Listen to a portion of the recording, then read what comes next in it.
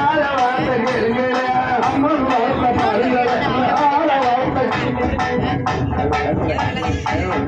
ஐயனே வருகுவாய் மெய்யனே வருகுவாய் மெய்யனே